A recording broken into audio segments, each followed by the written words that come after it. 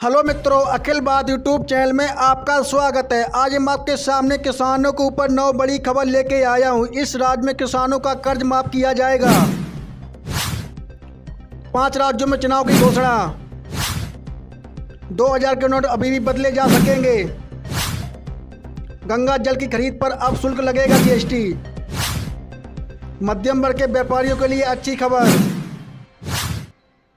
जल्द कम होंगे पेट्रोल और डीजल के दाम।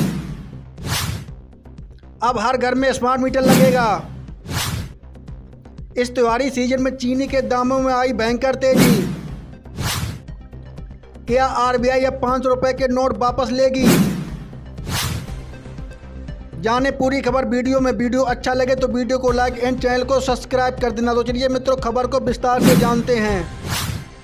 खबर नंबर 1, इस राज्य में किसानों का कर्ज माफ किया जाएगा। मध्य प्रदेश विधानसभा चुनाव की घोषणा हो चुकी है। आगामी चुनाव प्रचार के दौरान कांग्रेस सरकार ने कौन सी बड़ी घोषणाएं की हैं, जिसमें किसानों का कर्ज माफ किया जाएगा। 500 रुपये में गैस सिलेंडर दिया जाएगा। महिलाओं को 1500 रुपये, 100 यूनिट मध्यम वर्ग में मुफ्त बिजली की घोषणा की गई है। दोस्तों, गुजरात में भी 2024 में विधानसभा चुनाव आ रहे हैं। अब देखना होगा कि सरकार चुनाव के तहत गुजरात में ऐसी घोषणाएं करती है या नहीं। खबर नंबर 2, 5 राज्यों में चुनाव की घोषणा। राजस्थान, मध्य प्रदेश, छत्तीसगढ़ और तेलंगाना, मिजोरम में विधानसभा चुनाव की तारीखों का ऐलान हो चुका है। मुख्य चुनाव आयुक्त राजीव कुमार ने सोमवार को प्रेस कॉन्फ्रेंस में बताया कि छत्तीसगढ़ में 2 चरणों में 7 और 17 नवंबर को मतदान होगा। इसके अलावा मध्य प्रदेश में 17 नवंबर और राजस्थान में 23 नवंबर को एक ही चरण में मतदान होगा। वहीं मिजोरम में 7 नवंबर को और तेलंगाना में 30 नवंबर को एक ही चरण में मतदान होगा। पांचों राज्यों में नतीजे 30 दिसंबर तक आ जाएंगे। खबर नंबर 3, 2000 के नोट अभी भी बदले जा सकेंगे। आरबीआई ने निर्देशानुसारों के अनुसार 2000 को नोट बदलने या रद्द करने की समय सीमा 7 अक्टूबर तक दी गई थी। तथापि अभी भी बदलाव की गुंजाइश है। इसके लिए आरबीआई ने 19 क्षेत्रीय कार्यालयों या डाकघर में जाकर 2000 का नोट भेजा जा सकता है। इसके लिए किसी भी चाबी की जरूरत नहीं होगी। एक बार में 10 नोट बदले जा सकेंगे। अहमदाबाद, बेंगलुरु, भोपाल, भुवनेश्वर, चंडीगढ़, चेन्नई, गुवाहाटी और हैदराबाद, जयपुर में कार्यालय शामिल हैं। खबर नंबर 4, गंगा जल की खरीद पर अब शुल्क लगेगा जीएसटी। हिंदू धर्म में पवित्र माने जाने वाले गंगा जल का विशेष महत्व है। अब गंगा जल खरीदना आपको महंगा पड़ सकता है। सरकार ने बड़ा कदम उठाते हुए अब गंगा जल की खरीद पर जीएसटी लागू करने का फैसला किया है। अब आप ऑनलाइन गंगा जल खरीद रहे हैं तो आपको इसके 18% जीएसटी के साथ खरीदना होगा। पोस्ट ऑफिस पर मिलने वाले गंगा जल पर सरकार द्वारा 18% जीएसटी लगाया गया है। इस बीच 30 रुपये की कीमत वाले 250 मिलीलीटर कैन के लिए आपको लगभग ₹3.35 का भुगतान करना होगा। खबर नंबर 5, मध्यम वर्ग के व्यापारियों के लिए अच्छी खबर। केंद्र सरकार जल्द ही किसान क्रेडिट कार्ड की तहत छोटे व्यापारियों के लिए बिजनेस क्रेडिट कार्ड तैयार करने जा रही है। समिति में केवल सूक्ष्म, लघु और मध्यम उद्यम MSMI मंत्रालय ने पोर्टल पर पंजीकृत उद्यमियों को ही बिजनेस क्रेडिट कार्ड जारी करने की सिफारिश की है। इस कार्ड के छोटे कारोबारियों को कम ब्याज पर 1 लाख रुपए तक का लोन आसानी से मिल जाएगा। खबर नंबर 6, जल्द ही कम होंगे पेट्रोल और डीजल के दाम। महंगाई पर काबू पाने के लिए सरकार का बड़ा फैसला लेना होगा। विभिन्न मंत्रालयों के बजट से करीब 1 लाख करोड़ रुपए फिर से आवंटित किए जाएंगे। इस पैसे का इस्तेमाल बढ़ते घाटे वाले ईंधन की कीमतों पर अंकुश लगाने के लिए किया जाएगा।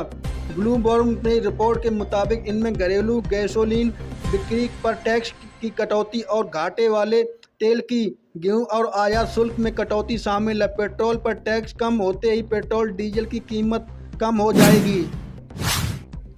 खबर नंबर 7, अब हर घर में स्मार्ट मीटर लगेगा। केंद्रीय ऊर्जा मंत्रालय ने बिजली क्षेत्र में बदलाव को लेकर आदेश जारी किया है। गुजरात समेत सभी राज्यों में मार्च 2025 तक बिजली उपभोक्ताओं के मौजूदा मीटरों में धीरे धीरे स्मार्ट मीटर से बदलने का आदेश दिया गया है। 3 माह में स्मार्ट मीटर लगने का काम शुरू हो जाएगा, जिसमें ग्राहकों को कोई भी खर्चा वहन नहीं करना पड़ेगा। केंद्रीय ऊर्जा मंत्रालय द्वारा बिजली वितरण कंपनियों को प्राप्त स्मार्ट मीटर 3,900 रुपये में सब्सिडी मद पर भुगतान किया जाएगा। खबर नंबर 8, इस त्योहारी सीजन में चीनी के दामों में आई भयंकर तेजी। त्योहारी सीजन चीनी के दामों में आई भयंकर तेजी। महंगाई ने तोड़े सभी रिकॉर्ड। इस बार महंगाई ने लोगों का जीना मुश्किल कर दिया है। त्योहारी सीजन की शुरुआत के साथ ही चीनी के दामों में काफ़ी बढ़ोतरी की जा चुकी है। चीनी के दाम इतने बढ़ जाने के बाद इस फेस्टिवल सीजन में मिठास फीकी रहने वाली है। पिछले 13 सालों में पहली बार चीनी के दामों में इतनी बढ़ोतरी दर्ज की गई है।